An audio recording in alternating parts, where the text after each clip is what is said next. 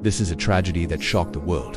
In June 1981, a 6-year-old boy named Alfredino vanished into a hole in the earth only 28 centimeters wide.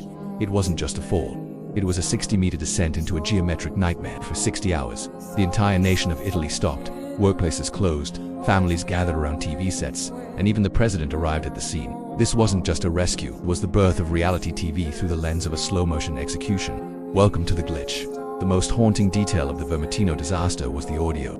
Rescuers lowered a small, high-sensitivity microphone into the shaft. For 3 days, the boy's voice was broadcast into the ears of the rescuers and, eventually, the public. He complained of the cold. He asked for water. He sang songs to himself to stay brave. This audio link created a false sense of hope, a technical bridge to a child that was physically unreachable. Scientists now call it a psychological trap. The closer we felt through the sound, the more we ignored the brutal reality of the physics involved. Engineers decided to drill a parallel shaft 30 meters deep, then tunnel horizontally to reach Alfredino. It seemed logical, but they didn't account for the geological glitch. The ground was composed of volcanic rock and hard pepperino. The vibrations from the massive drills acted like a jackhammer on the narrow well where Alfredino was trapped. Every centimeter they drilled caused the boy to slip further down. By the time they finished the horizontal tunnel, they realized with horror that the boy was no longer there. He had slid another 30 meters into the darkness far below the rescue point. The final hours saw acts of suicidal bravery.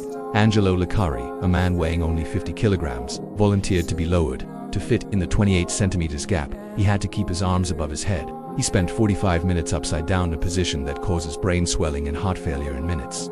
He reached the boy. He cleaned the mud from Alfredino's eyes.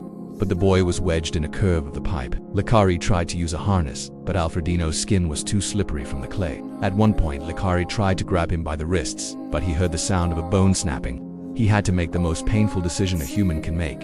He had to let go.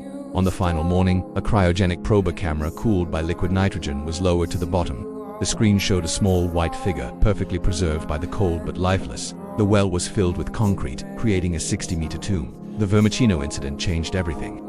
It forced the creation of the Civil Protection Department, but it left a scar on the collective memory. We learned that sometimes the earth doesn't want to be conquered. Alfredino Rampi remains there, a silent inhabitant of the deep.